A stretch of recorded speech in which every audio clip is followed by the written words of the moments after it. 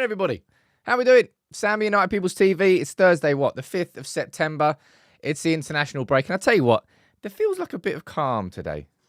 Like the anger, mainly frustration, kind of turning into anger, after the Liverpool game has kind of died down a little bit. I'm going to speak about I called it nonsense yesterday. I'll call it nonsense again today. Now that we've got another name added onto the list, it was Casemiro where the nonsense was yesterday.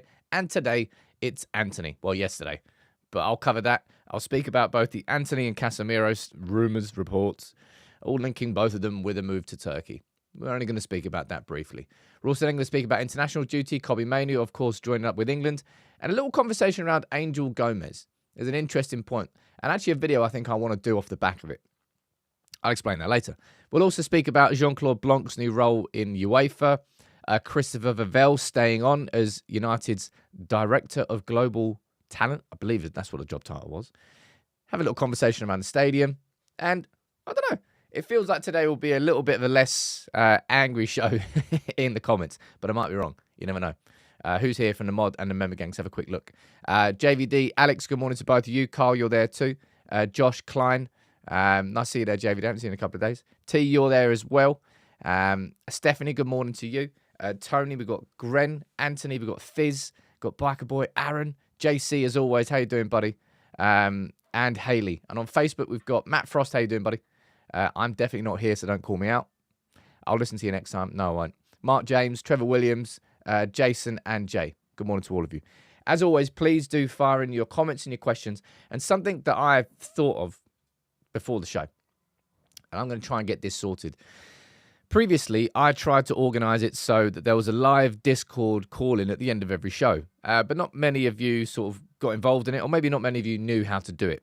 So I thought an extension of that, and something that will be a little bit easier, is creating a place in Discord every day where you can send in your voice notes. And every morning at the end of the live show, I'll then play a few of your voice notes, which will be questions that you ask me. I'm going to listen to them first before I play them live. I thought that might be a pretty cool way to get you involved in the show and get Discord community involved in the show. So we'll set that up after. But I think that'd be pretty cool. Anyway, Tim, you're watching on a ferry to Dublin. Pay even for that premium Wi-Fi. Man, you're a legend. Everyone else get annoyed about it. Whenever you're on a train, it's amazing how crap the Wi-Fi is on trains in this country. It is abysmal. Abysmal. Anyway, let's go into the show. And you know what I like to do at the start? I like to sort of speak about the news around football and around United. This, okay?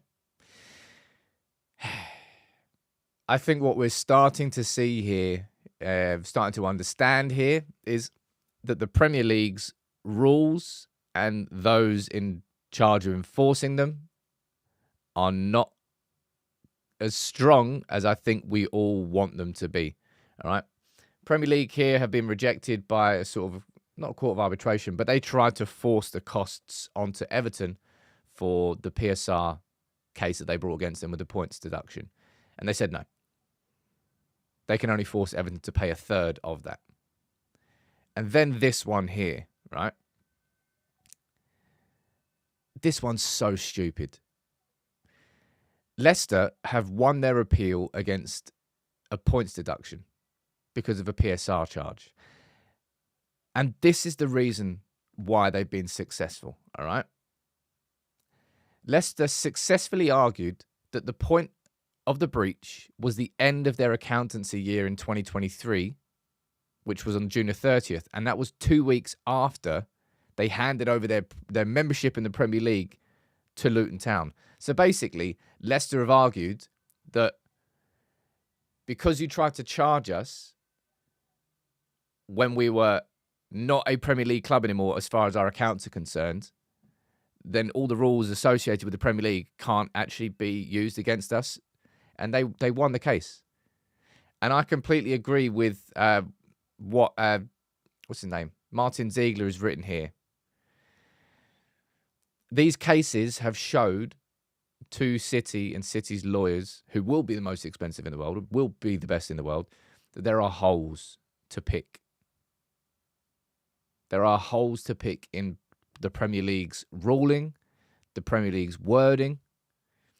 Everton They couldn't even force Everton to pay the full legal costs. They couldn't enforce the rules onto Leicester because they found a way out of it. I think this all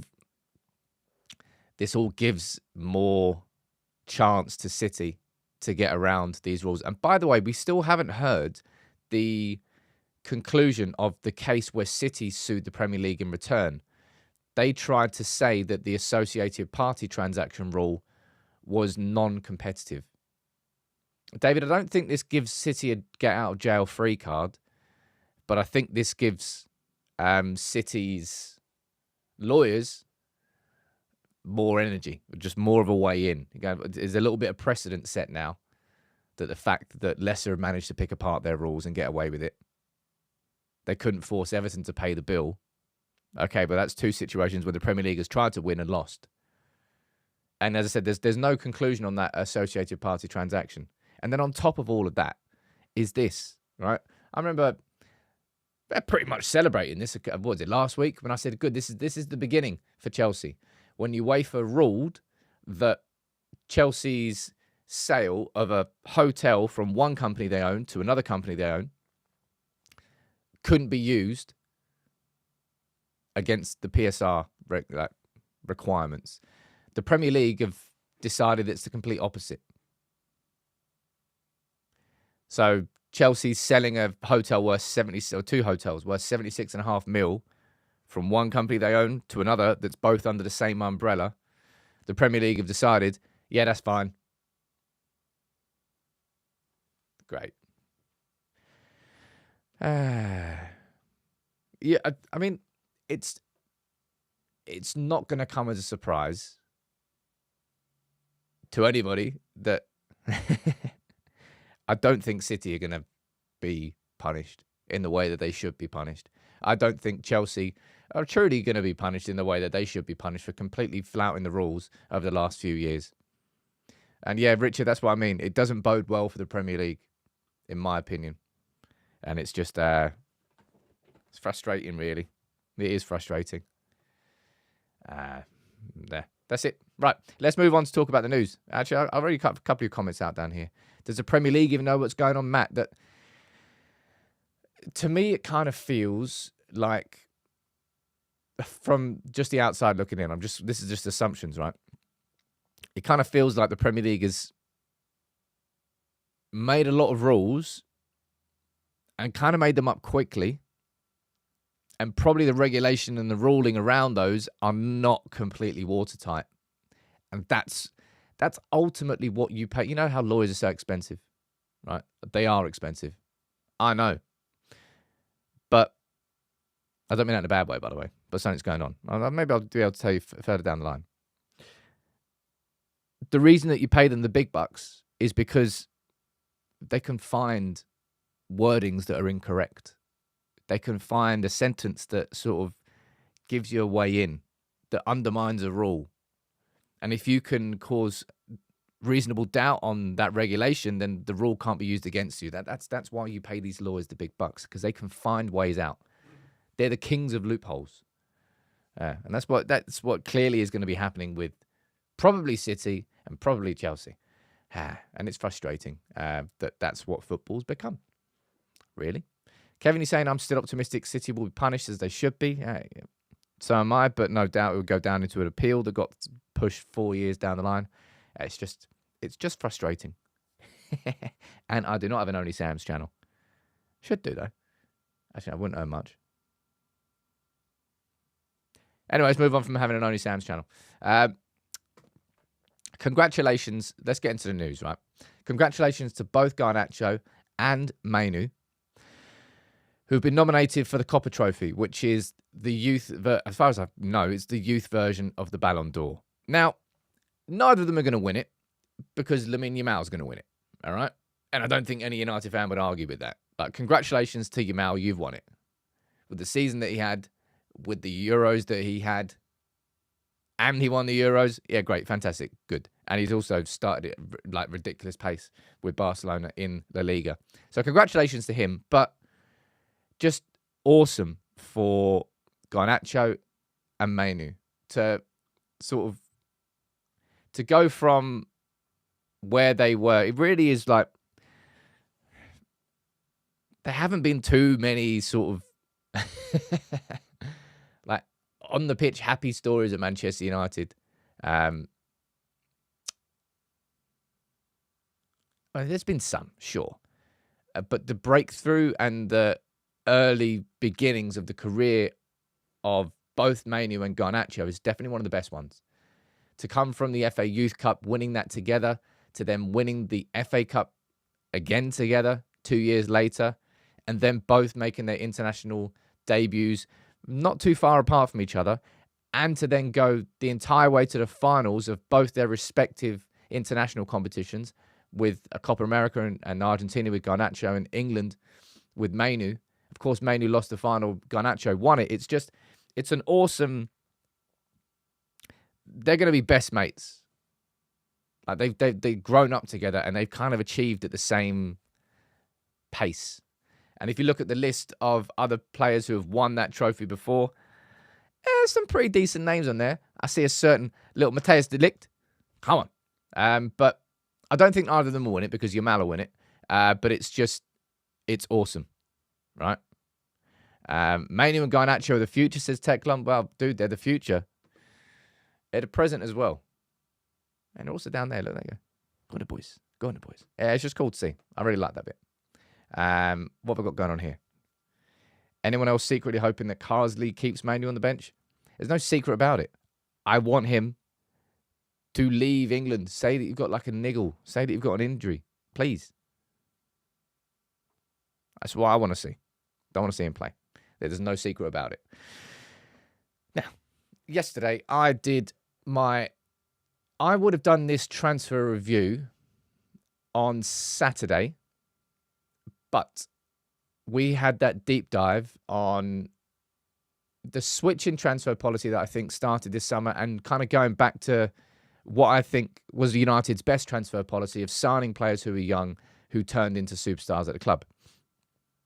And I'm really glad that you enjoyed that video, and I was happy that with the decision to put that video out on Saturday. Now, because of that, this video went out late, and not many people enjoyed it because it was late. I understand that. But I did a full sort of transfer window review, looked at every single signing we made, looked at every single sale we made, and gave the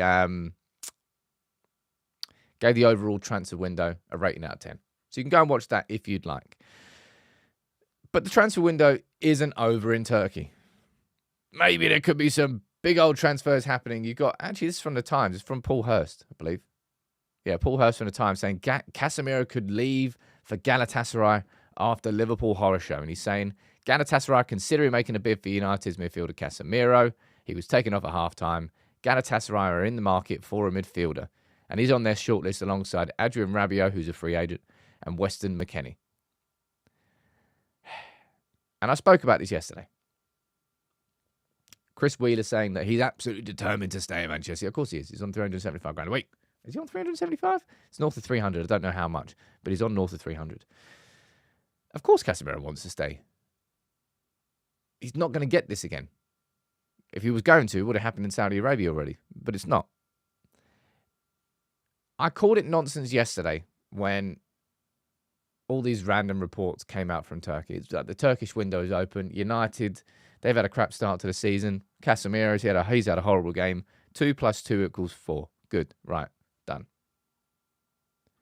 And then on top of that, we can now add Antony. Again, same reports. Jose Mourinho's Fenerbahce are in talks to sign Antony on loan for the rest of the season. They aim to finalise a deal by tonight, which was last night. Spoiler alert, they didn't. Fabrizio's coming out saying, look, there's no truth in the Fenerbahce and Antony links. He's committed. He wants to stay. He has no intention of leaving. Blah, blah, blah, blah. Right? There was never any chance. Let's bring this up there because that would work. There was never any chance that Casemiro and Antony were leaving. Now, neither of these players, I don't think either of these players will be here next season.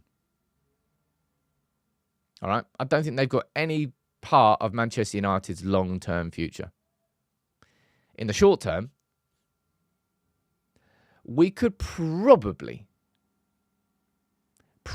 cope without Antony. I think there could be players that you can bring through from the youth team that could be the alternative, because Garnacho can be basically a backup to Ahmed on the right-hand side, or Garnacho can start on the right-hand side. And you could bring someone like, who's in the youth teams right now? Anyway, it doesn't really matter.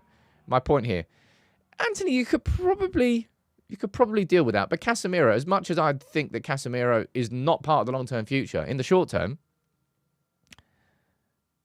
we've got no chance, really. We're already wafer thin in midfield.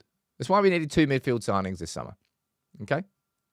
So the idea that Man United are going to, just let Casemiro go, and we're going to be left with, see, this is my video at lunchtime today. I'm going to be doing a full squad review where I look at each position in detail. I look at the first choice for each position, the second choice for each position, and if you want to, the third choice. And I'm going to look and highlight just the key weaknesses. And Casemiro, we aren't spoilt with options in midfield. Even if he is a bad option right now in certain positions, there will be ways that Casemiro can be used and he can be an asset this season. But it's not the Casemiro that we saw at Real Madrid. It has to be a different style altogether. My point here is this, and I always try my best to try and sift through the crap. And both of these just absolutely reeked of it. There's no chance that if there's one that could go, maybe Antony. But I very much doubt it. Carl, yeah, I'll definitely be including youth options inside that squad. It'll be like first choice, second choice, and third choice, because there might be some that break through. But yeah, I just saw people getting sort of excited about the idea of it, and it's just kind of silly. The squad's not deep enough in midfield to cope without Casemiro, even if he is poor, and he is. That's why we tried to sell him in the summer, but nobody wanted him. And Antony, I think we could cope without him, but nah. Itchy ear. Could cope without him, but I don't think he's going anywhere. All right? Let me see what you're saying in the comments. Alex saying Erik Ten Hag wanted Amrabat in addition to Ugarte, didn't he? Yeah, we needed 2 midfielders this summer. But our PSR, people, oh yeah, you could spend 400 million. Oh, great. Yeah, thanks for hyping fans up and getting them, raising their expectations to the point where they're going to be pissed off when we then don't spend 400 mil. Well done, mate. And yeah, Antony's on sod knows how much money, and Casemiro's on 300 and what? 300. Between them, they're on $500,000 a week or more. You think they're going to be able to afford those wages out in Turkey, especially after Galatasaray have just signed Osimhen? It just felt like very much it was preying on the frustrated United fan base and throwing in a couple of transfer rumours that probably a lot of United fans go, yeah, go on in. Oh, yeah, sweet. And that's kind of all they are, just hot air. And the press taking advantage of United's current position. All right? That's a nice little story. Let's pull that up. A couple of stories from Fabrizio here relating to former United players. And Anthony Martial. Flamengo have made contact with him and potentially to bring him in as an option. Martial, of course, who was he even linked with anyone in the summer? I can't remember. Either way, he didn't join anyone in the summer. He's currently a free agent, and maybe Martial will go to Brazil. And I mean, that's Flamengo. Yeah, Flamengo are in Brazil. Yeah. Good luck to him if he goes there. I wouldn't wish any ill on him. Just glad he left. And this is a nice little story. After winning the league in Turkey and Japan, Mata has signed for Western Sydney Warriors in the A-League. How cool would that be? Go on, Mata. Man, Mata's one of the nicest dudes. Do you remember Juan Mata's blog? He used to write every week. Was it on a Monday or something? And Juan Mata's blog got so sad because United was so crap that he ended up stopping it. It's quite funny. Apparently Sevilla wanted Martial. I don't know. Nothing happened there. Simi Skim saying the Martial story is kind of sad. Martial's going to be massive, massive, massive what if. But yeah, man, Dennis, you're saying it down there. Man, what a life that is. He nailed it in England, then went to Turkey, won the league, went to Japan, won the league. I'd love to go to Japan. I'd love to go in the Blossom season, but to go there from England for two people to enjoy yourself, you're probably looking at somewhere between like $3,000 and $5,000 for a couple of weeks. I'm trying to buy a house right now, so that's not really going to happen. Anyway, Matter, go and win it in Australia, and then, I don't know, win it somewhere else as well. Awesome. That really is awesome. Right, let's move on and let's speak about these two. Well, actually, let's speak about Angel Gomez in particular. I think I might do a follow-up video on this, right? But Angel Gomez, of course, left Manchester United, if I remember correctly, on a free transfer. And it was at a time where there wasn't a pathway to come into Manchester United's first team. Angel Gomez has always had the talent, but a diminutive frame. Always had question marks about whether he'd be able to cope with the Premier League. And the same sort of questions were asked about Paul Scholes. And, you know, he did pretty well. But Angel Gomez has been speaking ahead of potentially his England debut. And he said this. He said, look, when I left United, it was for the idea to better myself as a player. And obviously as a person through the journey that I went through. And I knew eventually I'd be able to create a pathway to be in this position I'm in now. It was difficult, obviously leaving the club I was at from 6 and heading into the unknown, really, for me personally. From then, it has been an uphill trajectory, but also with a lot of difficulties and difficult moments going through. But being in this position now makes everything worth it. And I almost feel that you could do a pretty cool mini documentary, I think, on Angel Gomez. From him coming through United's academy, always being one of the most talented players in our academy, there not really being a pathway for him into the first team, but then him doing kind of what Jude Bellingham did, and actually what Jadon Sancho did as well, in leaving the sort of security of England and what you know in the Premier League, and taking a bit of a leap of faith as a young player and going abroad and absolutely nailing it. And Angel Gomez now is in the England squad. And then look at this. There's a couple of names that I think you'll be looking out for on this list. These are the players. So this chart here, if the further along to the right you are, the better at retaining the ball under pressure that you are. And the higher up you are here, that's the pressures that you've received. So the more times you're under pressure per 90 minutes. You can see there's a couple of names here that we need to look at. Angel Gomez is there, right? So he was one of the best midfielders in the French league last season in retaining the ball under pressure. But also on top of that, the absolute best person at retaining the ball under pressure was Manuel Ugarte. And this is what I covered in my video, right? When I did my transfer profile video. Ugarte is not just good at that. He's absolutely elite. He is right up there with the very, very best. And that security in possession is something that we need. That's one thing that I am not worried about whether or not Ugarte is going to make an impact. He is going to bring more security.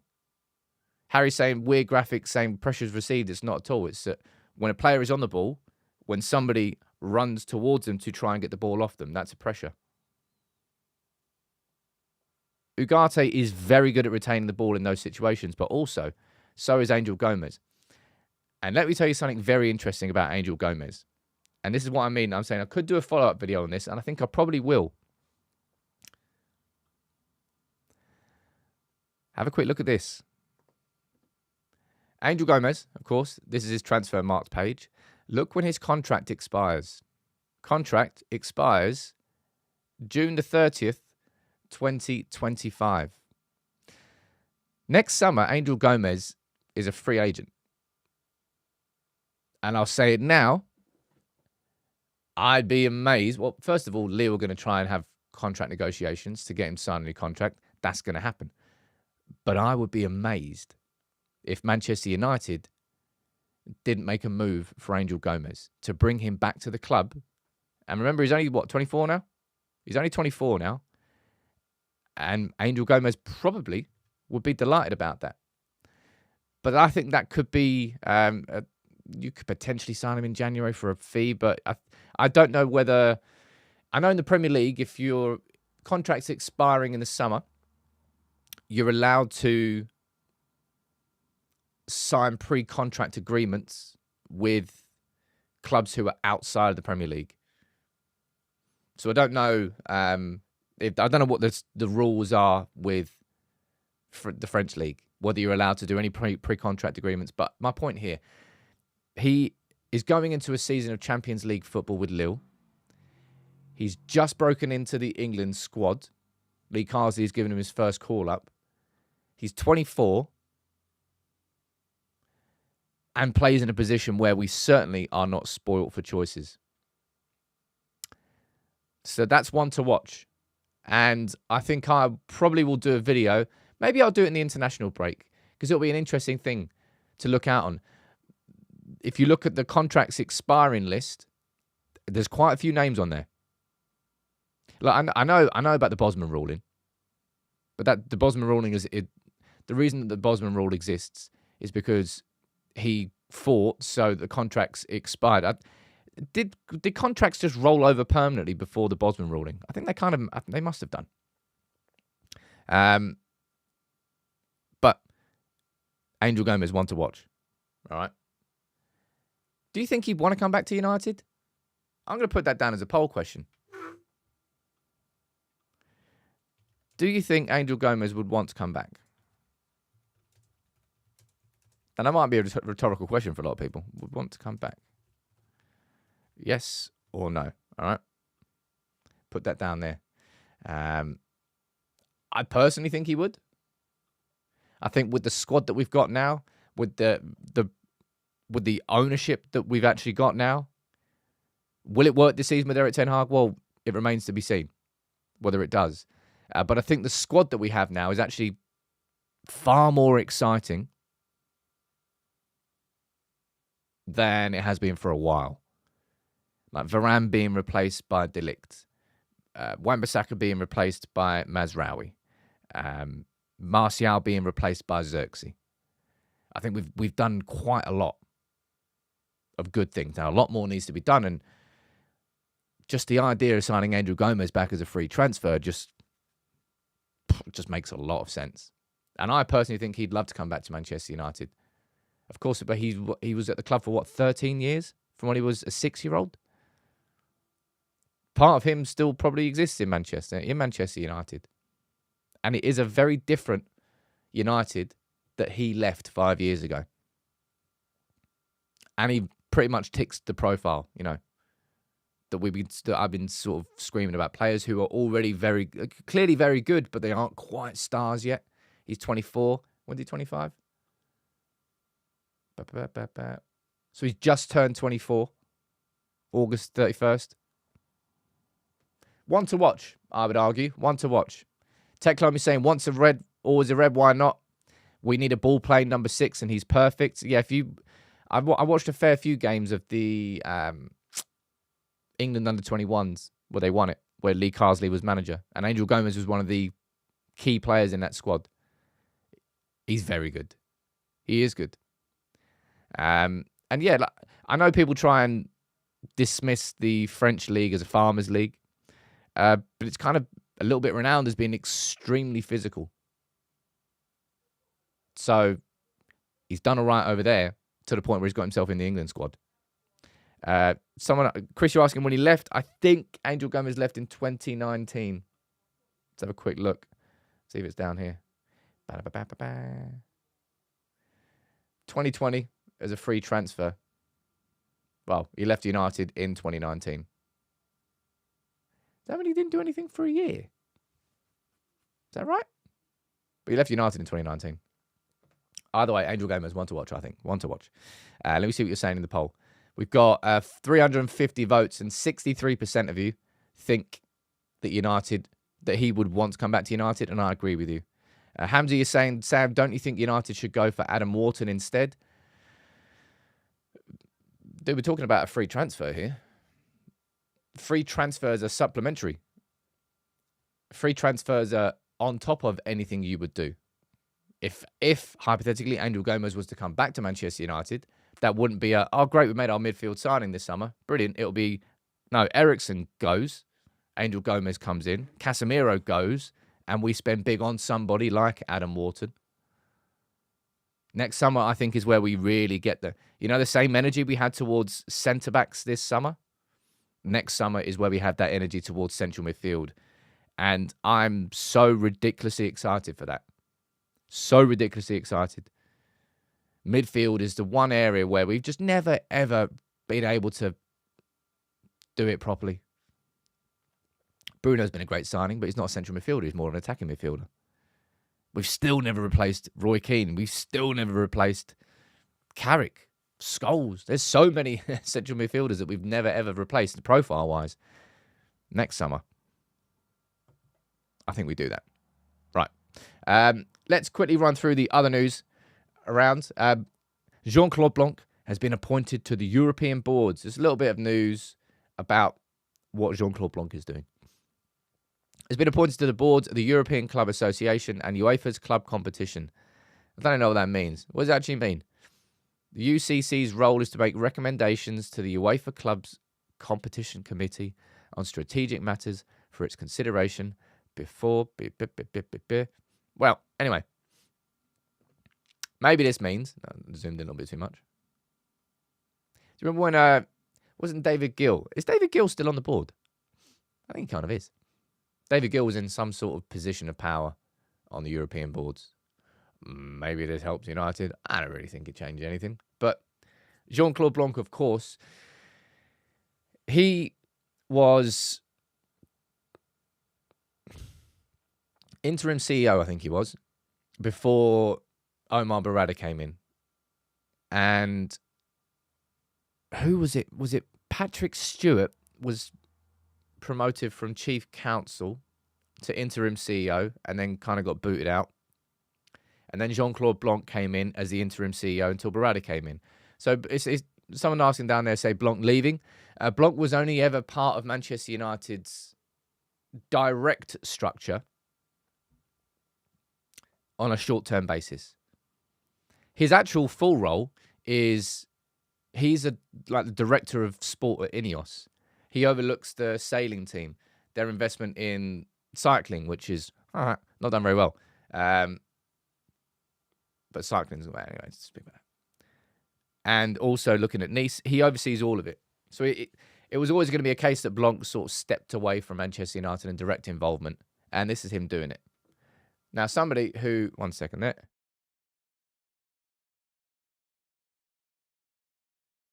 Now, there you go. Now, somebody who is going to be staying at Manchester United, and I'm not too surprised about this, is Christopher Vivell. All right. Reports came out yesterday that Chris Vivell is going to stay on. He's not a director of recruitment. He's down as director of global talent, I think is the name of the job title. As soon as he came in, I said it kind of feels, if he's coming in under that title of director of global talent, that Vivell will eventually go and probably be promoted upwards when United really establish this multi-club model, which we are going to do. Right? Everyone's doing it. Liverpool is setting theirs up. City have already got theirs. Chelsea have bought Strasbourg. United have got Nice, but no doubt Ineos will look to bring more under the umbrella. And they'll probably make a subsidiary. They'll make a new company. You know, City have got the City Football Group. Call it the United Football Group. Whatever it's going to be, I think there will be one eventually. And I see Chris Vivell, if he's going to be director of global talent, probably being the director of global talent for the whole group eventually. But in the short term, he's staying at the club, which I think can only be a good thing. I've already done a video on Chris Vivell and the types of signings that he makes. Now, Sekou Kone is somebody that it struck me as a Chris Vivell signing, reports are suggesting that United have been looking or had him on the scouting list for a long time. But as I've said to you before, scouting has never been the problem at United. The person who's interpreting said data and actually making use of the scouting has been the problem. And that's where I think Chris Vivell has come in and probably made a difference straight away. Obi Martin, I don't know whether that was anything to do with him. But Vivell, of course, with his links to Salzburg, to Leipzig, to the Red Bull Group, to the contacts he's made, I want to see United. And I tell you what, we've got a really exciting... I'll tell you about a couple of videos we've got planned, all right? One is we have done some real research into the South American market, because I think United should be establishing more of a presence there. So it's going to be a sort of a little mini doc on scouting in South America, all the successes that there's been in like Benfica and what Real Madrid have done and what other Premier League clubs are doing, and what United's current setup is and what it should be. So that's going to be coming out at some point soon. And also, we started work today on... I genuinely do feel that this video will probably be the best one that we've done when it comes out. I've said that with quite a few because I think at the time it's been completely correct, but we're trying to level it up one at a time. The Graham Souness video, we're working on that as well. This video is going to be a proper deep dive into the stadium plans. We're going to talk about what the plans are, what the inspiration is from the SoFi Stadium, also Buffalo Bills Stadium. We're going to speak about the Trafford Regeneration Project, what that is, got the blueprints for it, the 3D anime. It's going to be a proper deep dive into the stadium, which I think you're all really, really going to enjoy. And in terms of the stadium plans, you can see at the title of the video, I think they're probably exaggerating this a little bit. This is from City AM. Man United dropped clear hint over 2 billion. They love that. That is a clickbait halo if you've ever read one. But United have opened talks with the Rugby Football League over a long-term deal to host the Super League Grand Final at Old Trafford, which has been held at Old Trafford, I think in what? Must have been like 6 or 7... 6 out of the last 7 years, something like that. But they're suggesting, which I suppose you can look into it that way if you want to, the clearest hint that they are going to be at least staying in Old Trafford for the short term is signing a new long-term deal with the Rugby Football League. If Manchester United were going to be regenerating Old Trafford and closing one of the stands, then it wouldn't have the capacity for the Rugby League final. So they're kind of putting 2 and 2 together, but maybe it makes sense. Maybe they're correct. And yeah, that video there, I'm really, really looking forward to it. Another Graham Souness video. He's like a Fast and Furious franchise. Man, I still can't believe when I first watched the original Fast and Furious. That was back when Need for Speed Underground. I think Need for Speed Underground came out after that. Man, what a game! Brum, bum, bum. Great soundtrack too. Anyway, I can't believe that turned into like $1 billion franchise from that first film. Would never in a million years have guessed it at all. But yeah, that deep dive there on the stadium, might drop that during the international break in October. The Graham Souness video we're going to be working on soon. Maybe we can get that out next week. We'll see. But yeah, I'm really looking forward to bringing that deep dive on the stadium out for you. That's going to be top tier. In that same sort of level of quality as the video into the switch in the transfer strategy that we released on Saturday. It's going to be like that, but for the stadium. And I think it's going to be even better. Akash, I'm convinced the stadium is a smoke screen to get the Glazers to sell up entirely. Yeah, I think those two things are unrelated, man. Those two things are unrelated. Josh, we start... If you didn't start Need for Speed with the Peugeot 106, did you even play the game? I can't remember what car I had. What did we have? Fun fact. Started playing it again recently. Brushed off the old PS2. What did I start with? I don't know, but I've just bought the Impreza. Underground 2 was great as well. Snoop Dogg's remix of Riders on the Storm was the soundtrack. Riders on the Storm. We could do a whole separate channel to gaming. That'd be fun, wouldn't it? Tauhouse saying, how many members do you have on the UPTV team? There's quite a few. And I won't be able to name them all off the top of my head, but Ronnie's now full-time. Big up to Ronnie. He's sort of down as chief of operations to sort of help me run everything and to develop things, to hopefully bring you some pretty cool integrations, some brands we can work with. Because as soon as we bring those in, the scale of everything that we can do here on United People's TV goes like that. That's the next big development level. Something that I'm really, really working on at this moment in time. Then you've got Louis on the social team with George, and you've got Parry with designs, and you've got Steve who's on research and is amazing, and Luca's joined in with research too. And then you've got Steve as an editor, you've got Tom as an editor, you've got Robbie, you've got Luke. There's a lot that goes on behind the scenes, and as I said, you've all sort of enabled me to grow United People's TV in the way I have. But I think the reason that you all sort of still believe in it is because you can see that the investment is genuinely all going into it, and that we're all leveling up together, and that United People's TV is getting bigger and better as a consequence, and therefore you're enjoying it. It's all good fun. Why does everyone write United off in the top 4 race too soon, says Dan.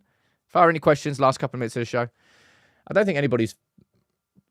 Well, I suppose quite a few are writing United off. Man, the top 4 is so ridiculously competitive this year. Arsenal are in it and City are in it. 2 done deals. Liverpool, they look better than I expected them to. And the same thing could be said last season, but let's see where they are in a couple of months' time. But they look good, all right? They still look good. Spurs, you would expect them to be better than last year, and Spurs could be there. Aston Villa have had a great summer, and they were very good last year. Chelsea, I don't know what's going to be going on with Chelsea. I have no idea. So United have just... It really has to click. It really has to click for United to get top 4. Truth be told, and I don't mean this in a negative way, but probably the best chance we've got is in the Europa League. Got a pretty decent draw in the group, an opportunity there, and there's no teams coming dropping down from the Champions League. But it's not to write off the Premier League now, because that would be ridiculous 3 games in. But United have got to wake up, man. We've got 5 games in 14 days, I think, starting from Southampton. We've got Southampton, Barnsley,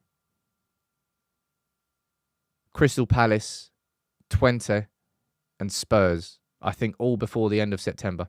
I think so. And you're asking whether I see January being the busiest ever.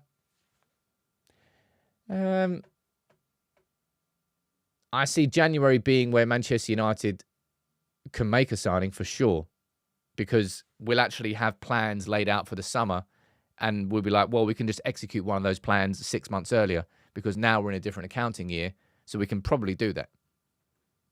So I could see United being active in January. Last time it was like just the purse strings are being held tight. I think it'll be different this time. And maybe you can get Angel Gomez or someone else. I don't know. If I had to make a prediction, does Erik ten Hag see the end of the season? Asked Connor.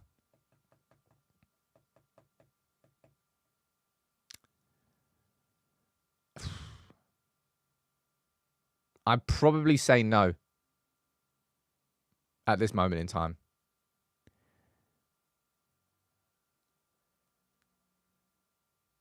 Genuinely do hope I'm wrong, by the way. And there's no witch hunt, and people can say whatever they want about me. As it stands, like, that was such a bruising defeat against Liverpool that if a lot of goodwill had been built up between the relationship of Ineos and Ten Hag over the pre-season, and they sort of like, you won the FA Cup final, we're sticking with you and we're doing all this, to get humiliated in the way that we got humiliated against Liverpool, it kind of undoes a fair bit of that work. So Ten Hag's going to then have to repair that. It's not dropping a bomb. This is about a prediction. And you all know how crap my predictions are. Actually, no, to be fair, I got predictions right in the first 2 games of the season. We'll see. I really hope. that he is here at the end of the season, but I don't know. I really don't know at this point in time because I really didn't expect that Liverpool game. I'm hoping that genuinely when Ugarte comes in and when De Ligt is settled and when Xerxes is settled and when we actually have Euro, as an option rather than him missing 3 months, that we do improve, and we have to. We absolutely have to. We're only bruised, not broken. I'm not saying that we're United are broken in no way, shape, or form. Linville saying, Sam, what have you started? Paddock are talking about Gomez going back to United. It just makes sense, man. If I was Chris Vivell or if I was working in recruitment at United and I saw that Angel Gomez was a free transfer next season, I'd be like, let's get that started right now. For sure. And United have got the advantage of, him being a United player for 13 years. Richard saying he can't crush my hope like that. Someone asked for a prediction. All right, that's a prediction. I really hope that we turn the screw in September. And we just, I don't want us to come back and pump Southampton 8-0, but just do something you can build on. The next game, just build on it. 5% more. Next game, build on it. 5% more. Build those patterns. Get those repeated patterns in, man. Please. Which I think we saw it in, and that's what annoyed me the most about Liverpool. I think we saw parts of that against Fulham and Brighton. And it all just kind of went out the window. Marshall saying, do you think the rule is biased about Premier League teams in Europe can't play each other in cup games? I don't know what you mean in that. Oh, I know what you mean now. As in, they can't play each other in the League Cup.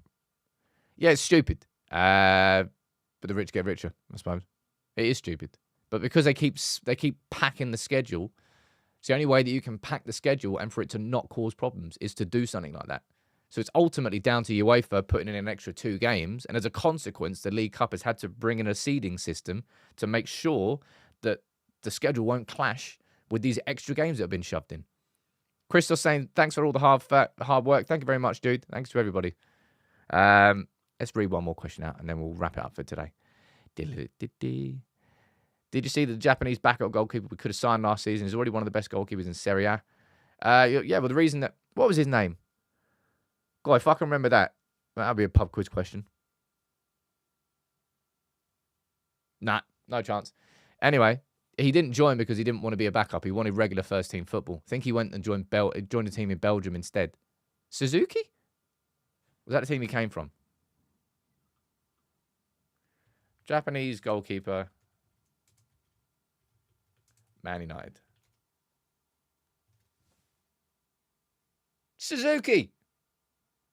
Come on! I'd swear I got that before I Googled it. Yeah, I've said it time and time again. The scouts are not the problem at United. Certain areas, there could be more scouts. It could be better. South America, sure. But it's about who's interpreted the data. That's been the issue. Right, anyway. That felt like a nicer show. It was more like a conversation that we could have, a little bit less frustration. It's typical in every single... It's part of the swings and the dips of running United People's TV, and the same thing happened when I ran the People's Person, the website. There's a massive drop-off in international breaks, but I hope that you're still enjoying the content. If you can, please drop a like on the video.